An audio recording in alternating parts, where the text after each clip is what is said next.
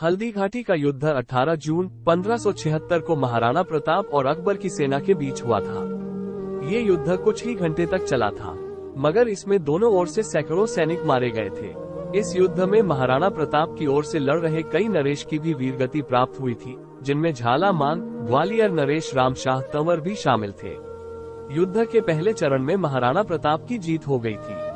राणा के आरंभिक प्रहार इतने भयानक थे कि मुगल सेना के पांव उखड़ गए और वे भाग खड़े हुए। यहाँ तो युद्ध का केवल एक पड़ाव पार हुआ था। इसके बाद फिर युद्ध शुरू हुआ। इस बार मुगल सेना महाराणा प्रताप पर भारी पड़ रही थी, क्योंकि उनकी संख्या बहुत अधिक थी। साथ ही उनके पास अस्त्र शस्त्र भी अधिक थे।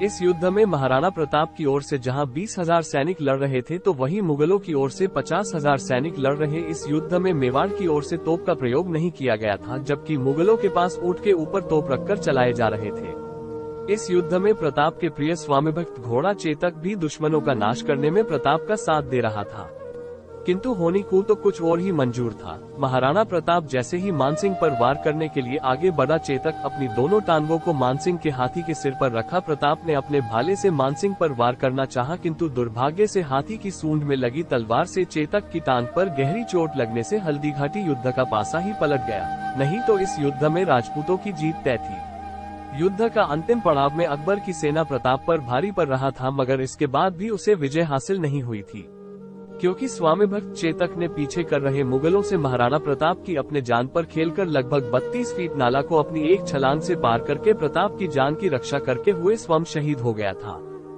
इतिहासकारों के अनुसार हल्दीघाटी का युद्ध में कोई भी विजेता नहीं रहा। अकबर महाराणा प्रताप को जिंदा गुलाम बनाना चाहता था, किंतु वो ऐसा करने में असफल रहा था।